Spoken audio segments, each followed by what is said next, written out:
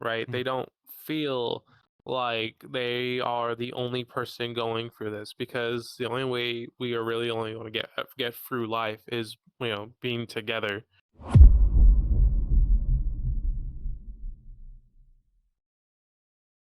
Welcome to Metaverse Degen. I'm Lion. We have no rap today. He's working and Bean is sleeping because it's 1 in the morning. But we are here joined by a wonderful repeat guest. Hello, me grin. Oh, Hi. oh, thank you for coming back. I remember when you first had you on during PJKT in 2024. That feels like just yesterday, but it was a long time ago. Yeah, that was it's almost about to be like 2-ish years, right? I mean, it's about to be 2026 here in like a couple of days. I Yeah, mean, since we were recording this. like a year and a half, I think. It's been a while. Yeah, no, Oh, it's actually been like quite a bit. And like a lot has like happened ever since. really? Like what? Tell us about what happened and what's changed versus then versus now. I'd love to hear about it. So, I think the main thing is one of my songs blowing up on TikTok. Mm. Uh, I even just recently just checked it like a couple of minutes ago, because I wanted to make sure I had the proper number for the interview. It was like literally a year to date from today. I've like accrued like over like 10 times more followers than I had uh at the moment. So like last year I only had like a 1,500 followers on TikTok. And that was because I was already like continuing to post content um in like kind of late October-ish, right? Mm. That's when I really first started. Um and at this current moment, we actually just yesterday or today, it kind of like updates based on like yesterday analytics. Uh, we have now reached over 15,000 followers Wow. just today. Like, that is insane. Listeners are like 16,000. Peaking, we peaked over like 19,000, almost hit 20. Um, Kind of sad about that. But then again, I'm like, there's still like, I used to only have maybe like 60 people listening to my music a month. Now it's like 16,000, right? Wow. Um, uh, Started actually moving away from making Tear Out, because of how my role model, changed. Because of things that happened in the real world that he was doing that I just didn't like agree with. Um, So I kind of started making more like wubby dubby dubstep instead of that, and also more melodical bass music Ah. that have like allows me to show off my emotions a little bit better. Right? Now recently one of those TikToks are kind of going off a little bit, because I feel like people are like understanding, or like they feel like almost I want to say they feel seen, Mm. right? Along someone commented under one of my videos that I'm making like this current generation like feels seen somehow. So it's just been like a lot of that. Like it's very been rapid. Like this has only been like it hasn't even been like 60 days since this happened, Mm. right? It's only been maybe 30, 40 days ever since. But since then, like it's so amazing to see just how like fast and like it's made me like almost overwhelmed at sometimes, mostly in the beginning. Wow. So I'm gonna ask because I'm a bit dumb and I don't know the technical stuff. What's so different between the tear out you were making when we met you to the melodic or dubstep stuff? How is the genres different and your taste in the music you make change as well? Like anyway. Oh. Right. No. So like when it comes to like things like tarot is a much more heavier form of music. Mm. More specifically, it involves like very specific sound designs compared to like what is now like considered dubstep. So tarot is still like a subgenre of dubstep overall, right? As there are many different subgenres to it. I mean, there's like deep dub, which is actually what is dubstep, what people hear dubstep. Um, and then there's also bro step, And then there's probably other genres that I don't really focus. Oh, rhythm is another main one too. A lot of people like to actually combine rhythm and tear out, and say the same thing when they're not. But like tarot is more like I said, pan snares, specifically, even adding snares to the actual bass guns being used in the music. Versus like dubstep, it's a little bit more. Um, I was gonna say like it's a little bit more cleaner. It's not so harsh. It's not like Mm, really trying to be like make everything as heavy as absolutely possible. It's mm, more about like showing off the most interesting sound designs, and sometimes it may be like just the weirdest like wah noise you have ever heard in your life. Just weird noises. Versus like melodical dubstep, it's more about like using certain chords that evoke certain emotions, right?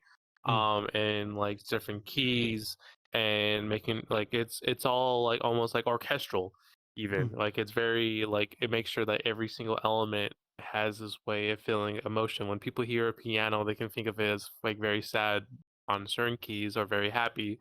Or when you combine it with guitars, especially when you combine it with like vocals, usually melodical dubstep has like a lot of like either uplifting, romantic, sad vocals to it, versus like dubstep can have those exact same things, right? But most of the time, it's more focused about like party uplifting vibes, and tarot is more like heavy metal, like rage mosh pit type of feelings to it. mm. That's really like the main differences between all those genres. Okay. Since you switched out of thrash, you were mentioning that you're interacting with the music you make differently, like you're putting more emotion into it. Has how much has your viewer interaction with your own music changed since we met? You mean my viewer interaction? No, your own view of the Can you music, your elaborate? own music, like how you like Oh, okay. has the messaging you're trying to push change? Do you view your music differently since then? Stuff like that. Oh, yeah. Okay. Yeah, that makes a little more sense. Yeah, honestly, like before when I was making Tarot, honestly, in the beginning of it, I was in not really the most happiest relationship. Honestly, it was actually quite abusive. So I was using music even then as a way to like escape, Mm, right? So pretty much as a way to like put my rage, my anger into something, right? But as time like progressed, I didn't really like have that same like want to make it, right? I mean, you can only be angry for so long, and you're just kind of like, I want to start moving into different genres. And I've always actually wanted, when I first started, I wanted to make like house music and melodical mm, dubstep. Already wanted to put my emotions in my music. I just didn't know how. Every time I tried, it just wasn't working well at the moment. So, but Tear Out was like, there's a bunch of these Tear Out samples, and I really like Tear Out at the moment.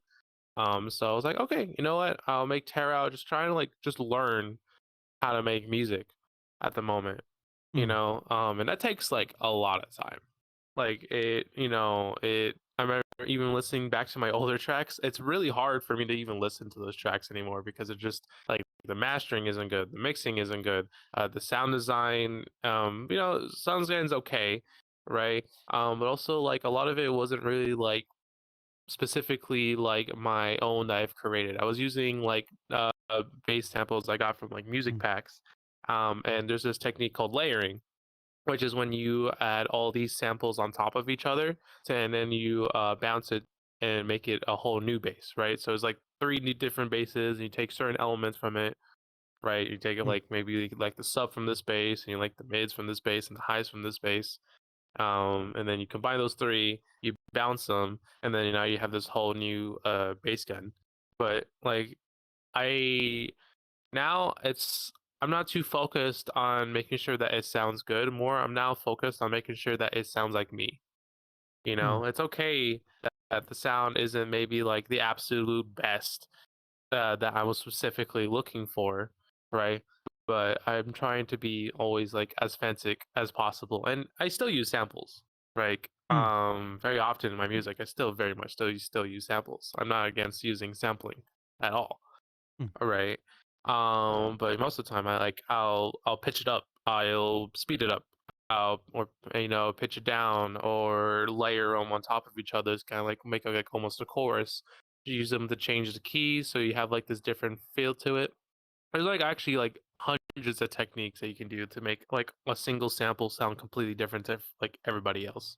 So that's kind of like really like my view of music is really more like how even if you do take a sample, is like how do you make it like you as best as possible, and then also just more making sure that I'm using as much as like just normal like presets and sounds that I've made, and chord progressions that I've made as well, and it's that way. And I feel like that's what's really making people feel like my emotions are really getting placed in my tracks now, because it's like a majority me.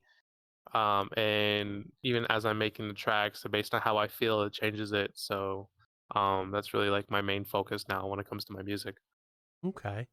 So how different is the emotional message you're putting into your tracks now, may I ask? And what kind of things are you pushing? What inspires you?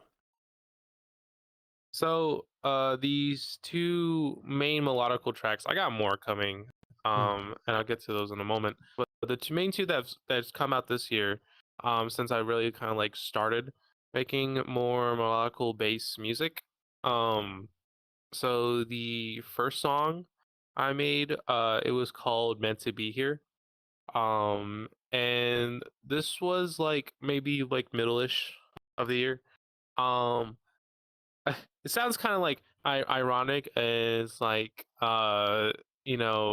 your my ex broke up with me like in February, mm, right? So of course I'm gonna be like very emotional like as I'm trying to heal from that relationship, right? And mm, no hate on them, not going to name drop either, for their own privacy. But I really did care about a lot about this relationship. But afterwards, like I was, it was like a major like selection on myself that I needed mm, to do, right?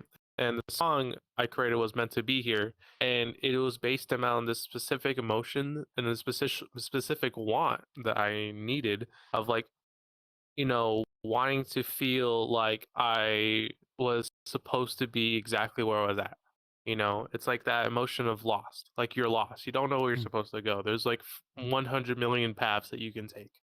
You can go left, you can go right, you can go up, down, sideways even, right? You can go really in any direction, and it's that like versus like when you used to have this very specific path, and now it's like, man, I'm lost. So I really wanted to encapsulate that feeling of like it's okay to be lost. It's okay to be like, sad, happy, or whatever you're feeling right now, because it's supposed to happen, and you're in the exact place that you need to be at the right moment, Like you're meant to be here. You're meant to be right here in this moment at the moment. Um, the most recent song that actually is starting to grow off of TikTok, after my song Brain Rot blew up, is called Jaded.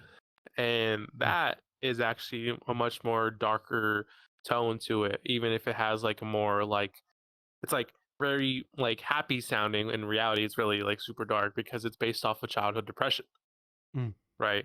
I feel a lot of people, especially as I was growing up, even in high school, were extremely depressed. Whether that was because of like social media pressure, because like I grew up with technology, or just no real outlets to outlive our emotions or anything like that. Um, we or family issues, or any of that, right? If it feels like almost like our childhood was like taken from us. Like we were supposed to have this really happy, loving childhood that we were supposed to be promised for, and instead we ended up getting extremely depressed. And in the lyrics, and really it's just like a sample I found off a Splice, mm, right? That I really connected, but really it's all the other elements that added to it. And funny enough, another artist had already beat me to that sample, but it was a house artist.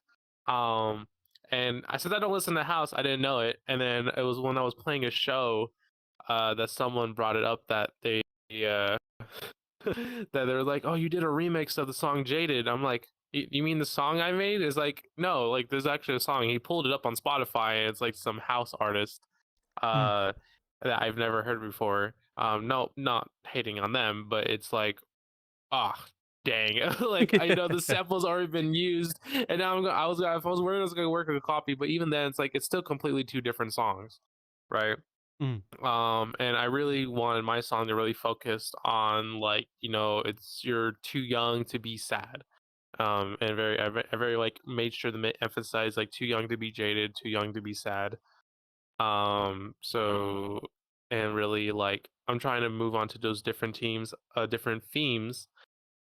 it comes to my music. Another song is gonna be coming out soon. I think I might call it Cigarettes at the current moment. That one's actually gonna be based about drug abuse. Mm. Now personally I have never abused drugs or abused alcohol or anything like that, but I do know a lot of people, even very close to me, who have. Right, I've even seen some people pass away due to their abuse. And it's very unfortunate. I really want to like make a song about like that feeling because usually something has to lead up for that to happen, Mm. right?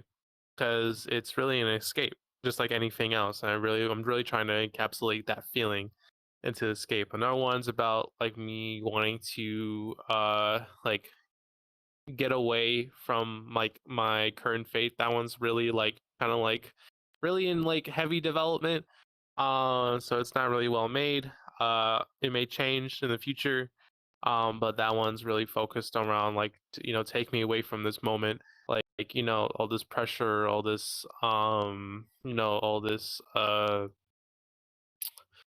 what do you call feeling that like you have to like produce like whatever that, like I'm not saying like produce music, but I mean like produce, like you're supposed to produce a degree, you're supposed to produce uh hella money, try and just give so much, and it's like it's all that pressure, all that like all those eyes on you, like take me away from that.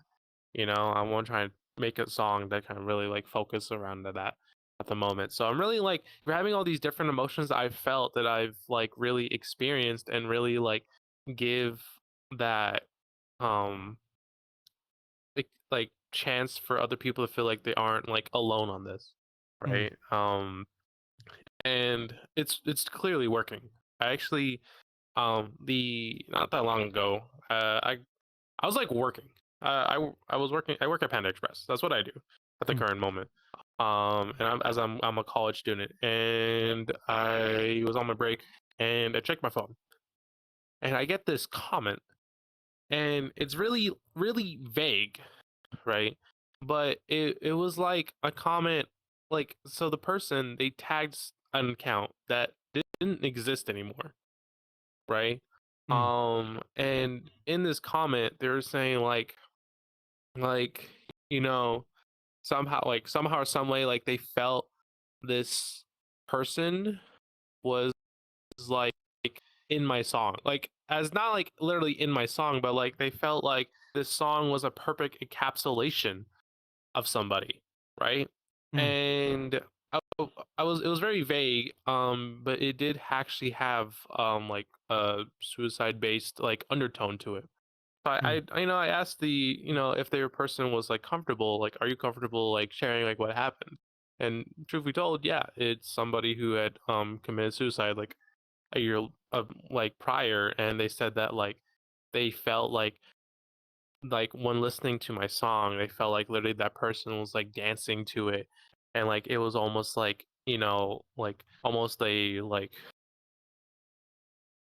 almost, like I guess like not like a revival, but something similar to that, where it's like they felt like this person and their emotions were like officially validated, and they said of course they miss them, right? But like they were just thankful enough to be able to listen to a song that like made them like remember their friend. And I still remember, I feel like I'm gonna remember this comment for like the rest of my life now, Mm. because I always said like I wanted like when I was like first starting making music around 15, I wanted to like save somebody's life with music. And I'm hoping that maybe one day, because music, how music saved me, that I can hopefully do that for somebody else. Mm. So, on the themes of the current conversation, was that something that all right, what about that comment touched you, Mask? And with the themes of the music you're creating, did you find was it the emotion that came first or something you found that made you think of those emotions? I think I'm mostly connected because for me, I have had, very deep depression episodes in Mm, my life, right? And usually these lead to very specific scenarios that you're placed into. Um, but and so like reading this, it just brought me back to like when I'm 15. The whole point of me making music was to like hopefully save somebody. That's like I want to do one of these days. I mm, just want to, stop somebody from committing something that they may like really regret, right? mm, Um, and personally, a lot of this music is from like things that I've experienced, and very specific emotions that I've felt, right? Because that allows me to really have a full understanding of like these songs that I'm creating. If I'm supposed to be creating a song based off an emotion, I don't always try to like specifically like what I felt. Um Again, how cigarettes is I've never like gone through drug abuse. However, I've been like secondhand account of watching it happen and how it deteriorates people's lives, right? But also like what's caused them to even start that in the first place, mm, right? Um, and that's really like how I really want to continue making music just exactly like that. It's just making sure it's as real and it's as like pure, and that way when somebody who is going through that, they feel seen, right? mm, They don't feel like they are the only person going through this, because the only way we are really only going to get through life is, being together, right? mm, And when you feel alone, when you feel like no one else is there for you, um it just makes that um so much harder. It makes life just so much harder, where it's at some points you really do just want to give up, and I want to like really like help stop that. I don't want people to give up. I want people to keep, achieving their dreams and really keep pushing for it, right? um and even specifically how I've noticed um a lot of VR chat DJs and producers have been posting consistently a lot more ever since my TikTok account has actually really grown immensely. Like people are really chasing their dreams and actually using VR chat as a platform in order to do so, right? And it's almost like I spearheaded it. Like, yes, we've already had like famous people come out of VR chat already, right? Um, One of the most specific when it comes to music is Muzz, Muzz. Um, but he never really used VR chat specifically. It was more like he was a VR chat DJ and producer, from my understanding too. I saw I was I was in the scene after Muzz had blown up.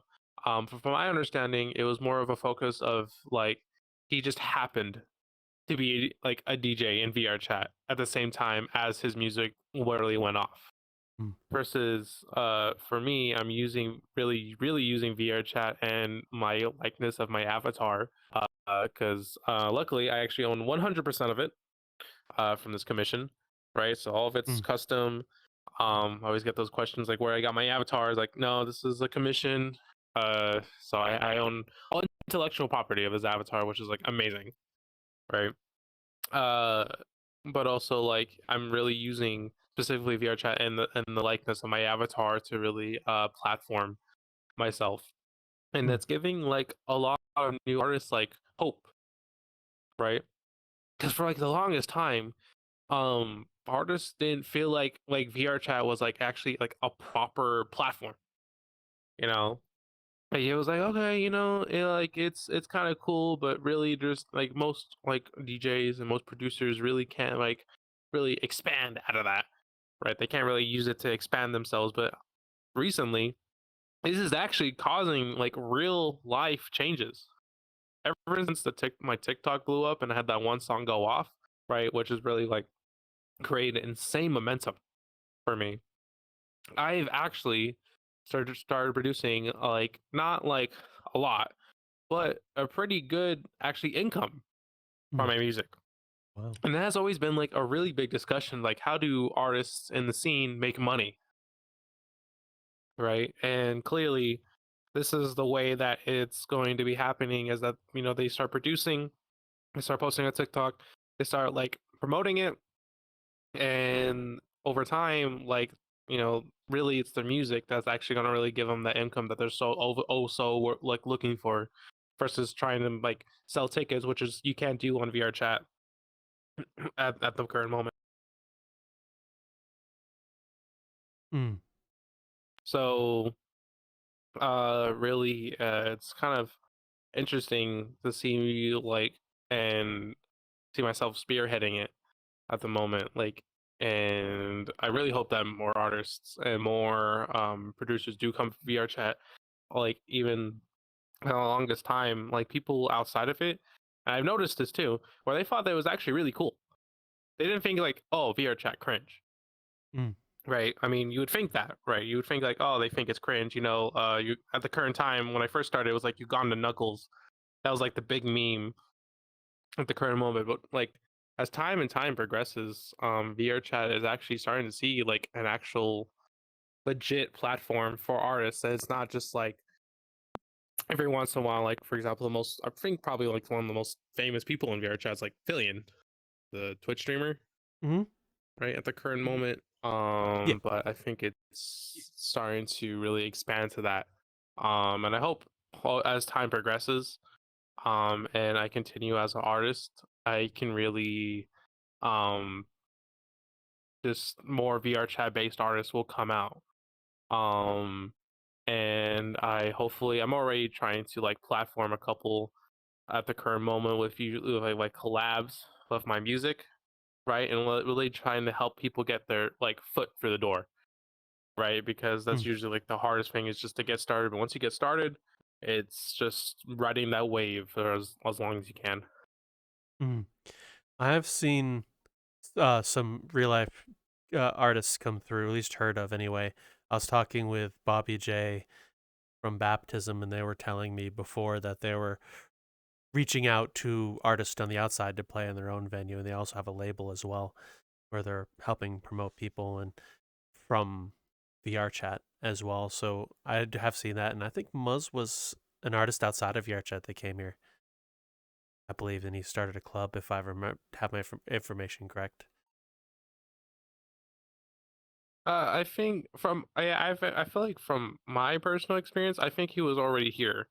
Hmm. That's just from DJing and here. Like this is from what I heard. Oh yeah, Right. I don't He know the was guy too just he much either. was I think his original name was Muzzy. From my Ah. understanding, people called him Muzzy. I think he had just had a Y at the end of it. Um, I never personally known them, right? But I've just heard that like some people were like, yeah, he was already in here, and then he blew up, and then he pretty much he did have Sanctum, right? And that was after his blow up, right? And then that was his way of like being able to play shows, um, and give like VRChat artists like a space to perform, right?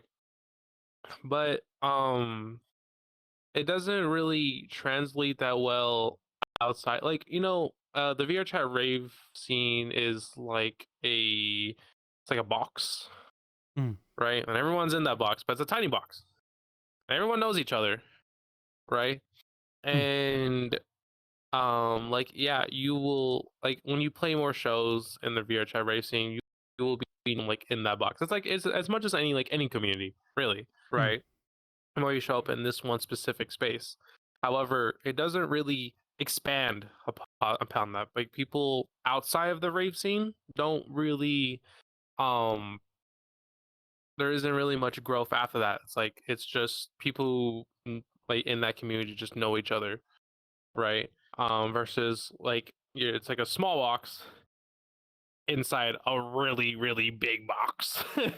you Mm, know, like Vrchat is the really big box, and the Vrchat rave scene is just like this little thing, and it's nice because it's tight knit.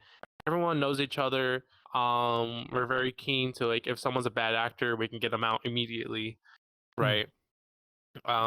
But when it comes to like, you know, our artists' growth specifically, um, it's not really that great. And even from my personal experience, when I was first started making music, um, I didn't really I went on like two tours. The first one I was just a DJ, mm, right? It was just like, we'll just do it for fun. The second one was because I released music, like my very first EP.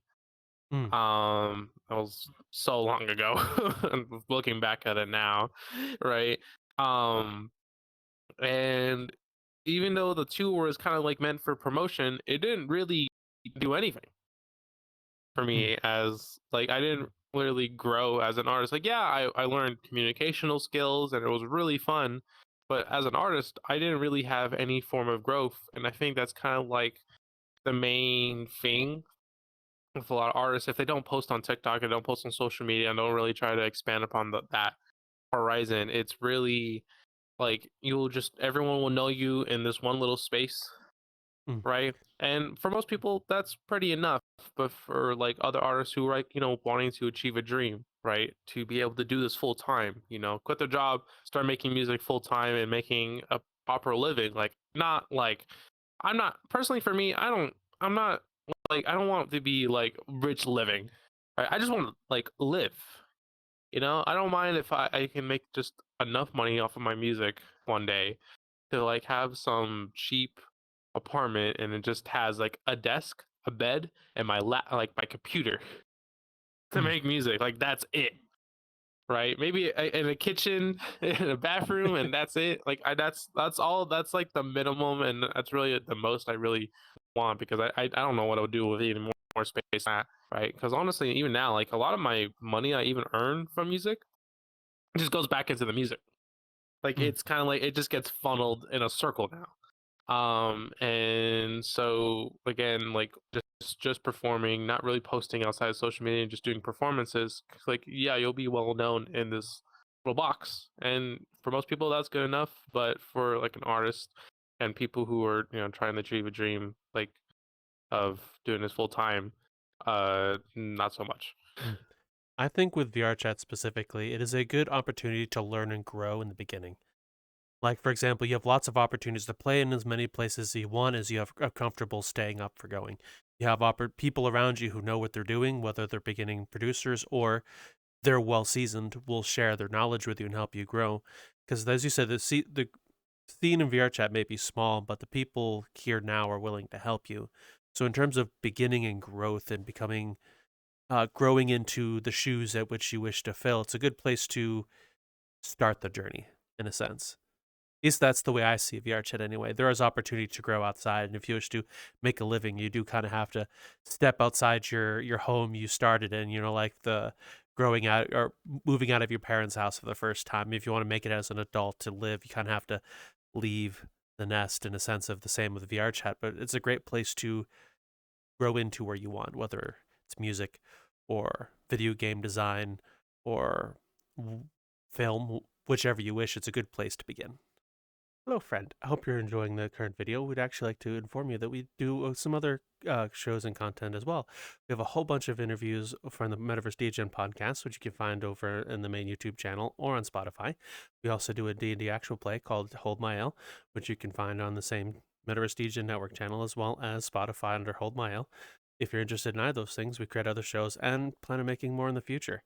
If you want to check out our social media to find out when those new shows or other stuff we're doing is, feel free to go to metaversedegen.card.co. We have all of those links for you to watch.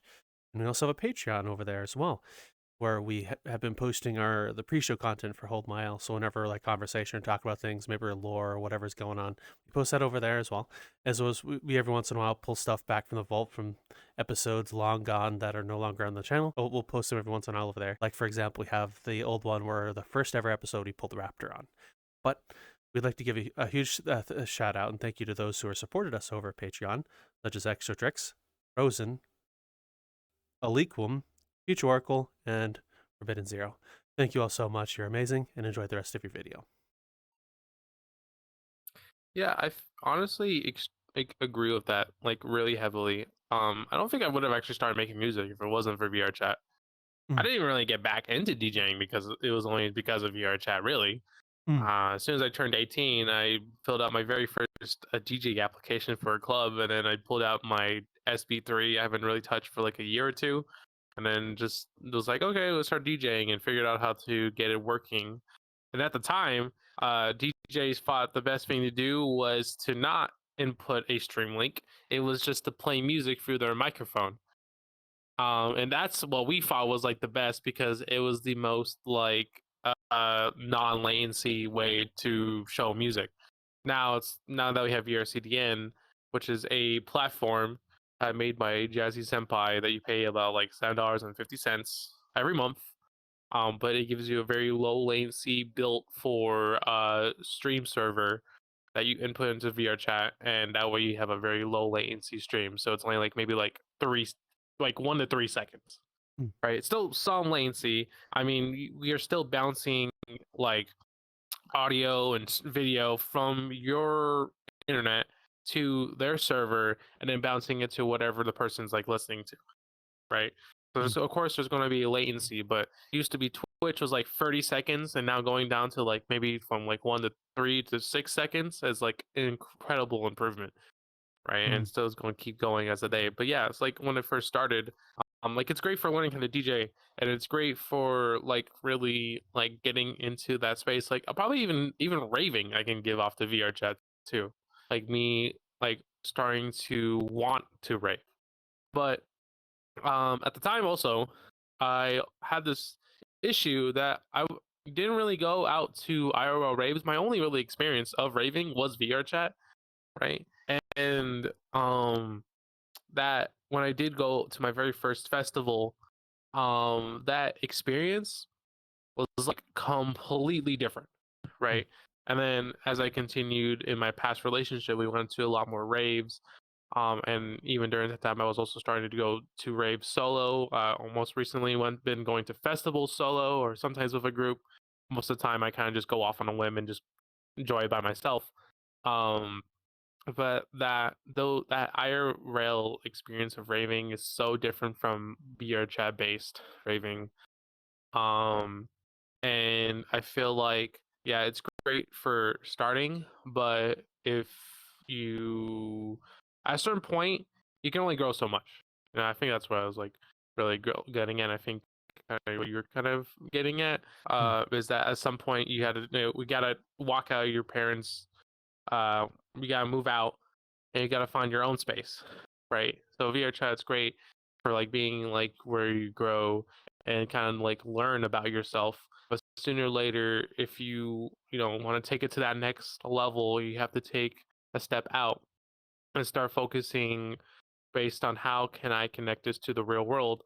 And like I said, like people IRL have not like even while seeing it on my avatar, they just be like, this is a really cool thing. They like the animation of it, they like how it works, everything. And the coolest part, and this is gonna shock everybody, is that I could turn it off. This is very weird now, right? Yeah, that's it's really like just VRC constraints. Some people thought that it was like some video editing techniques or something like that. Like, no, I actually look like this. You see me like this now. And even like when people see me in VR chat, they're like, that is so cool. Like, how does that even work? Um, but I feel like because of how that like they kind of made this connection because at the time also Spider-Verse was still a very popular movie, and they see my avatar moving like it, they're like, whoa, like real life connection and this other connection to VR chat, and somehow was able to really like bridge that. And I'm really excited to see how like other artists in the scene can find their own ways to like bridge certain things from the real world and from VR chat. Because people, they really go towards like relatability, and like if they know something, um if they already know something specifically, if again like Spider-Verse, they're more likely to connect to something that's kind of similar to that versus completely different. And like VRChat has its own kind of tropes, and also it's very like it's meme-ish stuff because of certain troller YouTubers like proximity chat, right? Because I have phantom pain, like like kind of based tropes to it. Um but I think now it's really people are also at the same time like really taking it as a serious platform, and I'm just really excited because I'm seeing more and more people do it every single day. And like the other day, I saw someone on a TikTok live. I think it was from Mexico. I don't know. I just remember it was like 1 a.m. in the morning. I'm scrolling for TikTok, just doom scrolling, and I see this TikTok DJ with over 100 viewers getting donations and everything, right? And of course, I don't know him because I'm not in like the Mexico scene. If there is one for VRChat specifically, probably is, right? There's a pretty big one But it's through just like so four cool. doors. They're like PJKT except for uh, the South American group of people. Okay, so yeah, so there's like already a community that I've not personally experienced, right? Hmm. But he's just getting like it's actually like happening, and I'm just like I'm so happy for it, right? And so happy to be part of it too. Even as my account grows, as my music grows as well, it's always going to be like an internal connection. Because honestly, I wouldn't have started doing it, like really started making EDM if it wasn't for VR chat. It's only VR chat that kind of like really pushed me in that specific direction. Because of like the music my friends like, and that I started to really love it, and that kind of just related to me bringing back like this dream that I had when I was 15, that I kind of gave up on the thought of around like 17 ish, and then it was like, wait, this is actually possible. This could actually be like legit. And then so 18 to 20 is learning to DJ. And then when I turned 20, I started producing music, and now I'm 22. I'm actually about to turn 23 in January, depending on when this video was released. Maybe I'll be 23 by then. Uh, but yeah, like it's like about to be 3 years since I've been producing, and I'm so excited to see what continues to grow and what other artists have, because they've already told like some have already told me that that kind of inspired them to really start posting a lot more, right? To really Hmm. start pushing themselves out of their comfort zones. And I'm really excited to see what other artists are going to start growing out of the scene and hopefully even blow up much bigger than I am. Because really, I don't want VR chat to have that same kind of like sticker on it of like cringe. Like, there's Hmm. always going to be cringe people. There's cringe people plenty in real life. But you know, there's also plenty of really awesome people here as well. Hmm. I've always seen VR chat as a like every other platform. I don't think it's a game anymore. It was explained to me. Like I was talking with someone else before. Actually, the episode released this month, and they said it during the episode. But it's more like a platform. And in terms of like, you will get out of the platform what you search for it. Like if you look for cringe and the creepy and the kind of stuff proximity chat and those like him will find. If you go looking for it, you will find it. The same as if you go looking for wholesome places, you will find that as well, depending on where you look. Kind of like there's no real algorithm. People are the algorithm here. So where you look, how you search, you will find it. And VRChat is a good place if you look for it. I've kind of been in my own bubble. All I see is really good stuff because I work and hang around really awesome people. So I don't really see the same things others will find. And that maybe that be my own bias. You know what? I'll accept that. But there is a really good place here for people as well. Yeah, definitely. I've honestly met some really awesome friends. I've also like met in the real world too at the same time. Mm, And also they are chasing their dreams at the same time. And most of them are also have actually just come from the real world and then have just jumped onto VR chat and then started performing more because real life performances they don't happen as often as like VR chat is, and that's mostly just because of like time, effort, and energy, like just to start to make an event. Versus on VR chat, it's like a Discord post, uh, come at this time, and then let's grab 5 different DJs, and you're at your home, so they'll most likely already be free, and then boom, boom, boom, event, easy done. Versus like in real life, you got to first find a venue that could take weeks to starting mm, off on, right? Then you need the money to pay for the venue. Then you need to rent the equipment. Then you need to do promotion, and then you need to find or maybe find a big artist, or hopefully or similar artists that have like a good local following, and then hopefully they come to the event at the same time. Like there's so much more elements to it versus like like a pop-up. It's kind of like more like how hey yo a party at my house, and most instances are kind of like just instantly kind of like built like that. Like some will have promotion, but it's typically very simple. It's like a poster they post on like VRC timeline or VR chat party hub, and promotion done, GG. Versus like when it comes to real life, like you have to have social like promotion cycles. You got to make sure you have plenty of time before the event to even do proper promotion of it. It's like a lot of content based. Like it's just the amount of work that is required, right?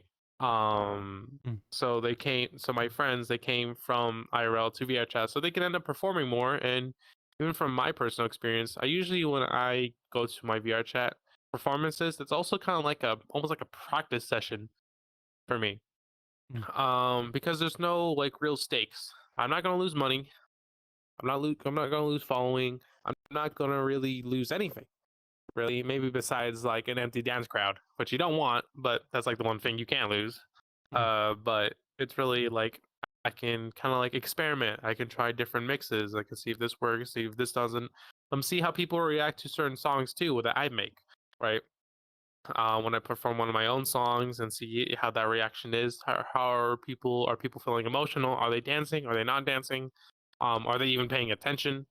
Um, and that's kind of like also just like a major thing that the VR chat scene does have versus the real life scene.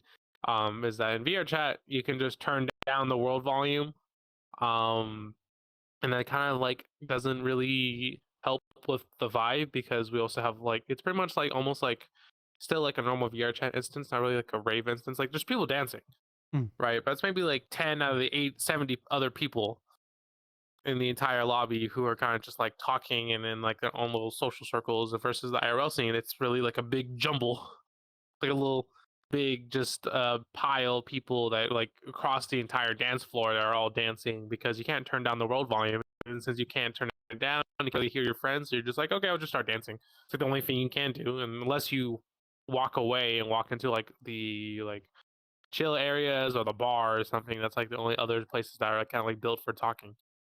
mm, Um, so uh sooner or later I think maybe that kind of dynamic may change. It really just depends, right? But also like more people coming from VR chat are going to IRL raves. mm, So they're even it's like it's already helping the IRL rave scene just as much as the IRL rave scene is helping VR chat. It's very like two-way.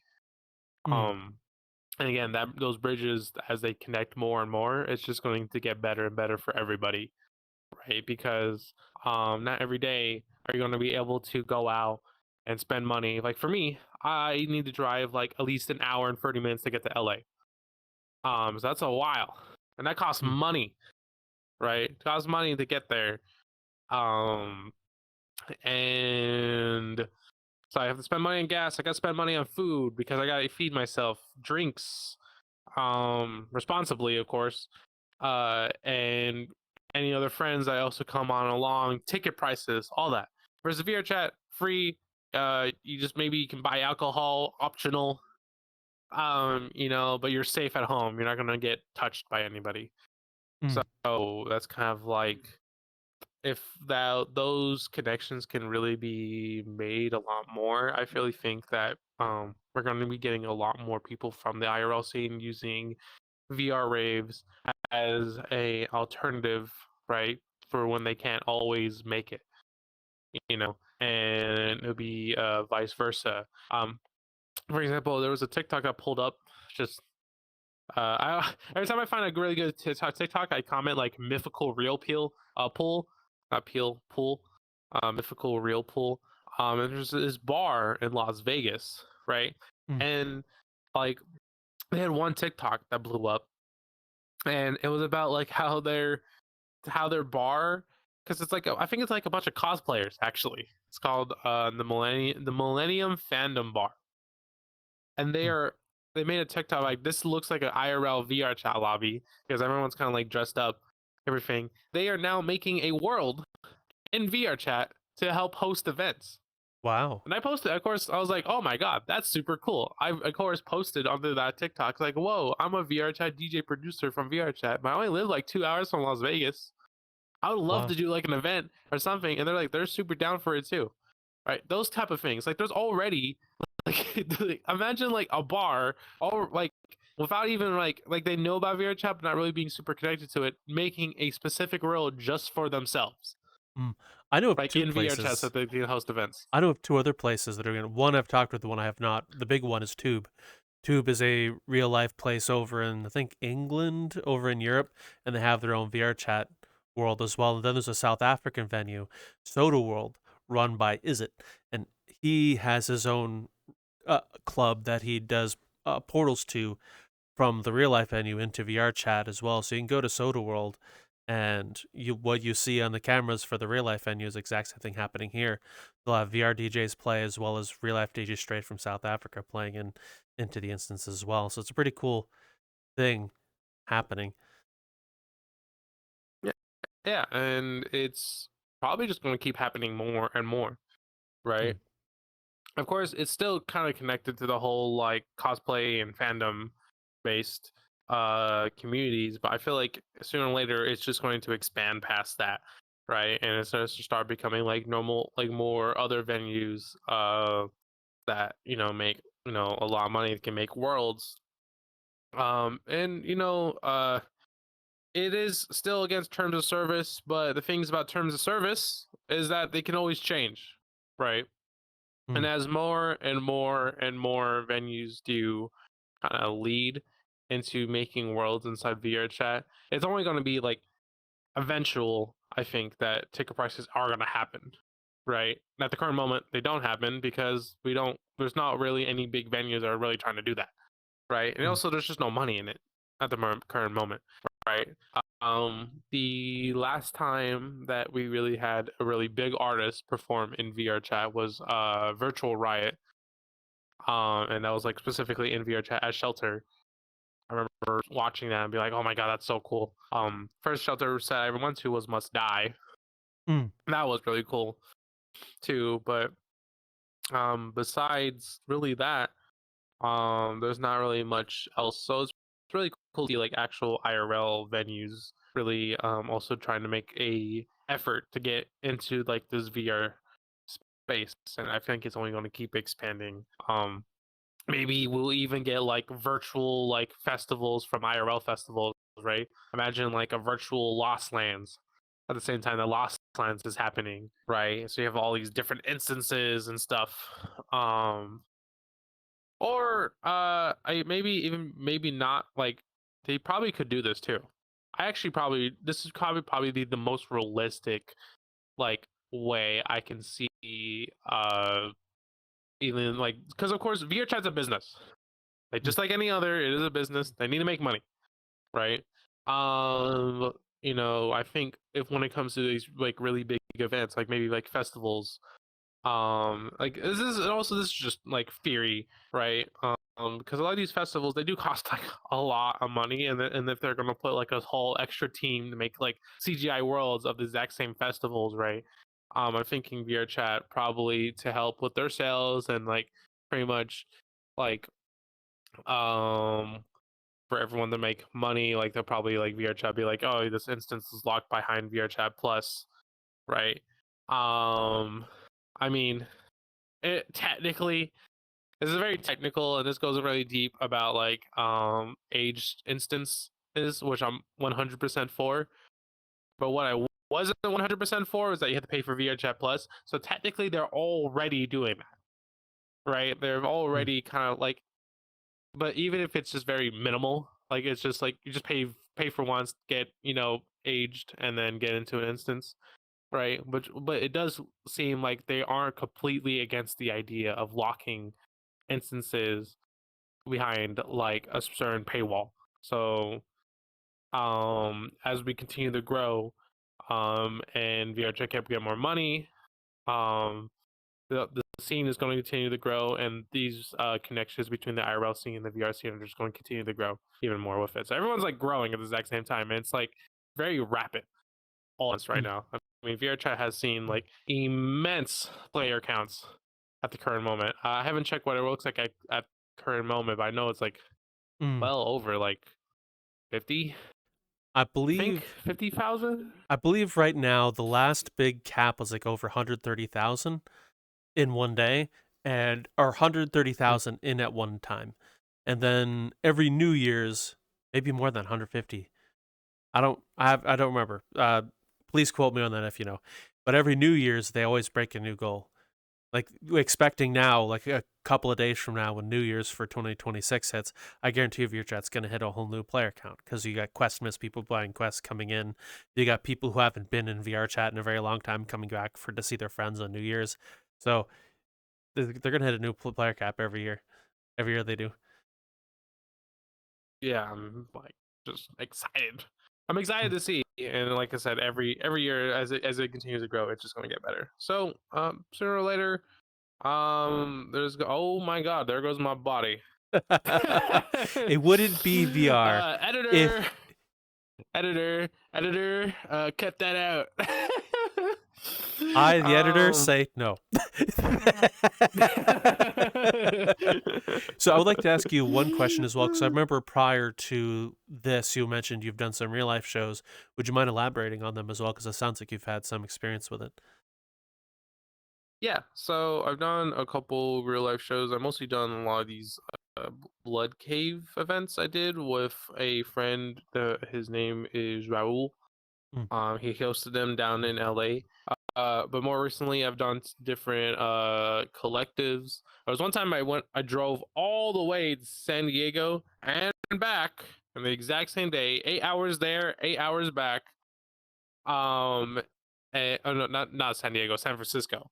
Mm. Rephrase that. San Francisco, 8 hours there, 8 hours back, and to perform for one collective. And more recently, I just been putting a lot of my attention to networking. Hopefully Mm. to perform for much more bigger collectives, right?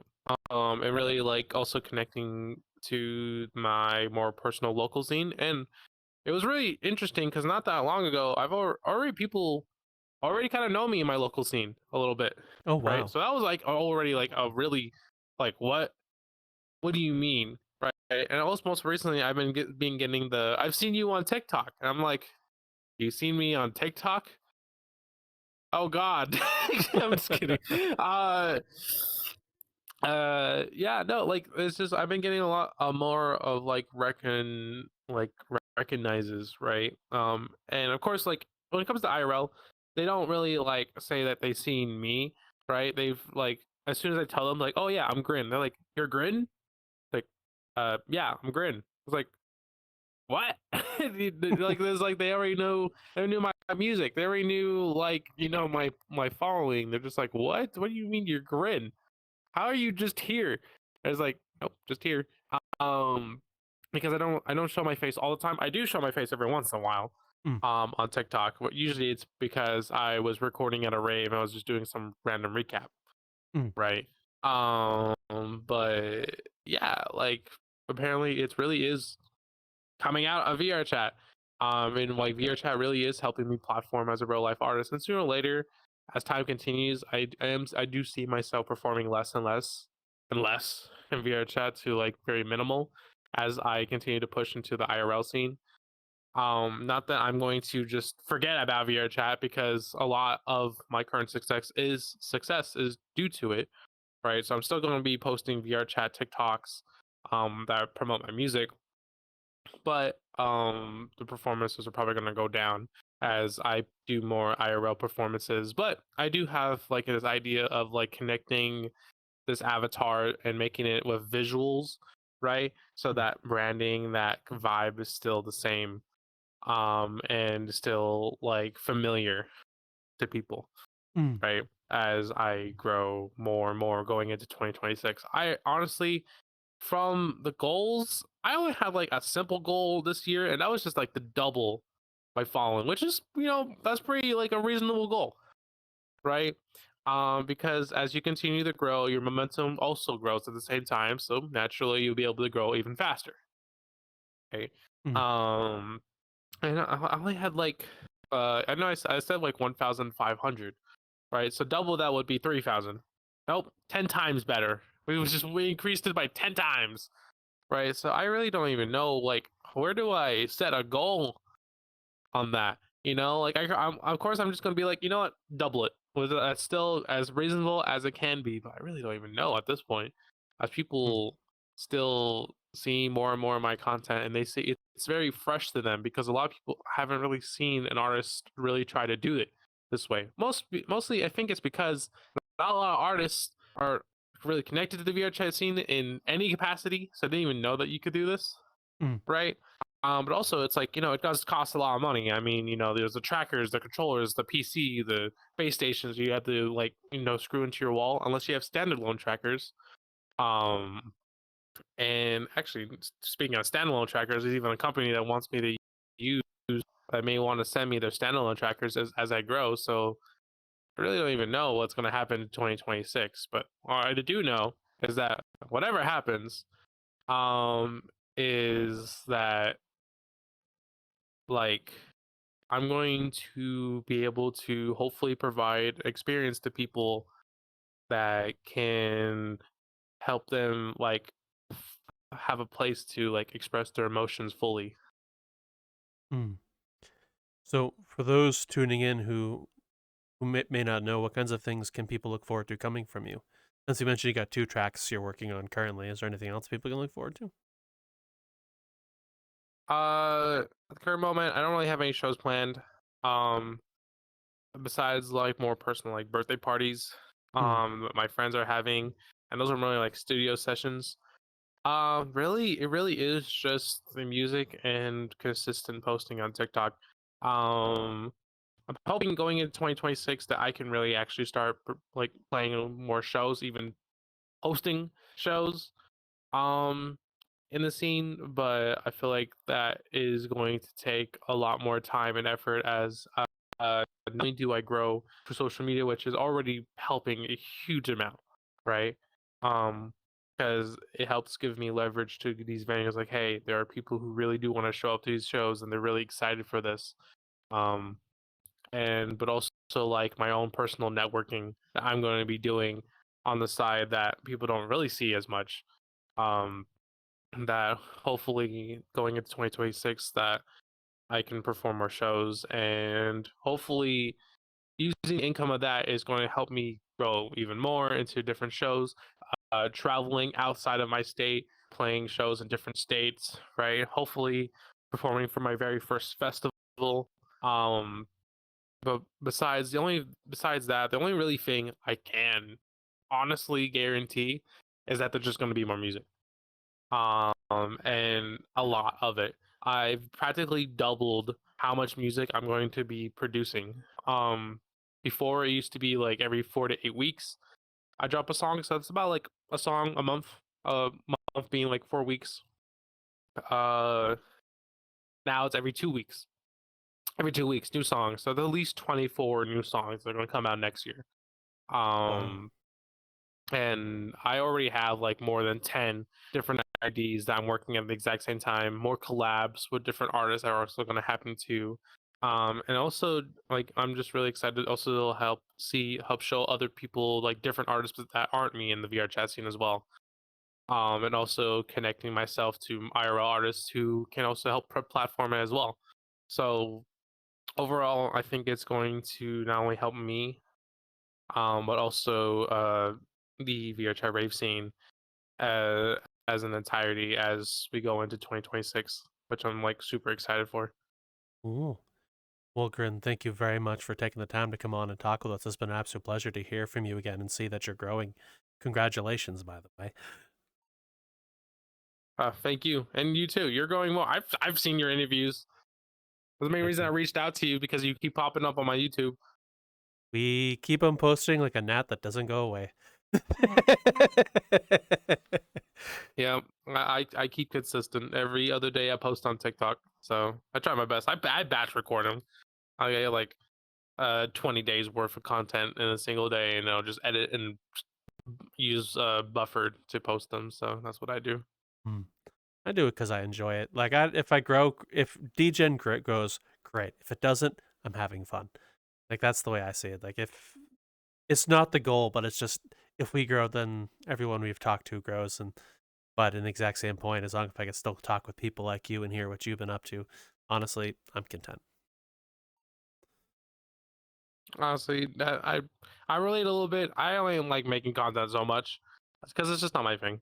It's not my main Mm, thing. Like for mm, you, it's your main thing. Like you want to make content. For me, I want to make music, right? And I mm, just it's kind of just like it's just the segue mm, to making music for a living, right? So it's just like I need to, if I want to do that, I need to promote it, and that's really like actually the most. This is probably actually like there's one thing to really take away when it comes to artists who are probably watching this right now is that when you make a song, the song itself, maybe it grows completely by itself, maybe it doesn't, right?